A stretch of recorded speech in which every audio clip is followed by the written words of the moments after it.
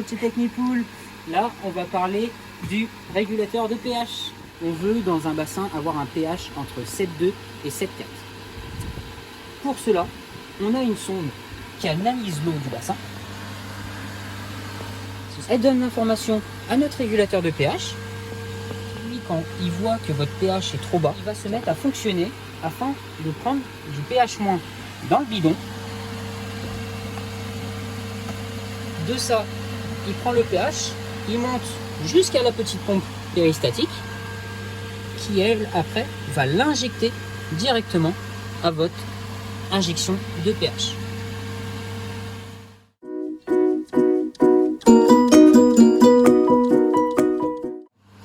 Il suffira d'éteindre la filtration.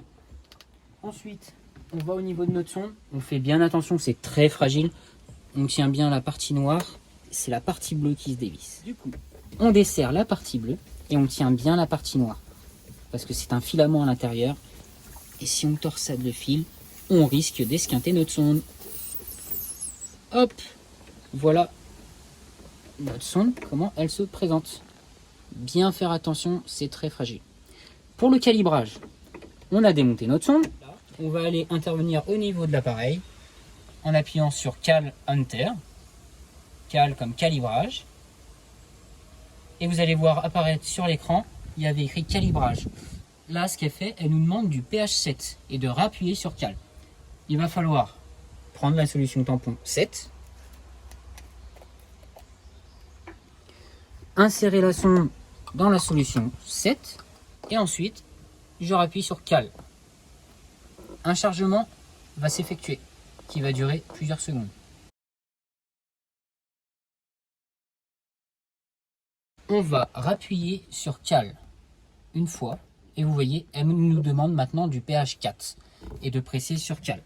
Alors, bien enlever la sonde du pH 7, la rincer avec de l'eau de votre piscine ou de l'eau claire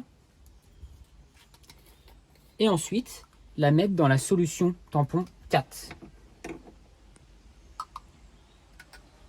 Et là, le même processus va se mettre en marche.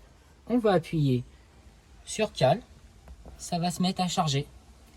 Et grâce à ça, notre sonde aura analysé un pH 7, un pH standard, et un pH 4, un pH bas, pour se créer une échelle de calcul.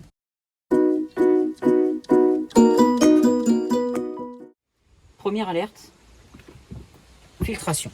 Cette alerte apparaît quand la filtration est éteinte. La deuxième alerte va être le niveau bas. C'est qu'il va falloir revenir voir votre pisciniste préféré pour lui acheter du pH-. Le dernier défaut, ça va être le défaut OFA.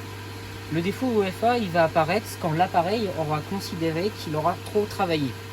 Pourquoi il aura trop travaillé? Parce que vous allez mettre votre piscine en service, le pH va être très élevé, il va falloir qu'il stabilise tout ça.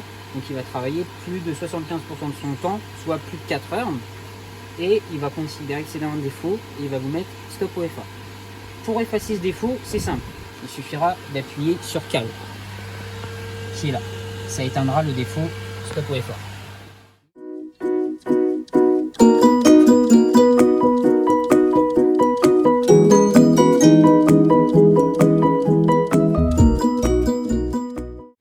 Quel que soit le produit que vous ajoutez dans le bassin, vous l'éteignez grâce au petit bouton qui est sur le côté.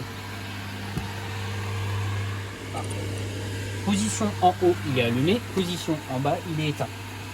À faire à chaque fois que vous ajoutez du produit, auquel cas vous allez avoir un risque de stop OFA.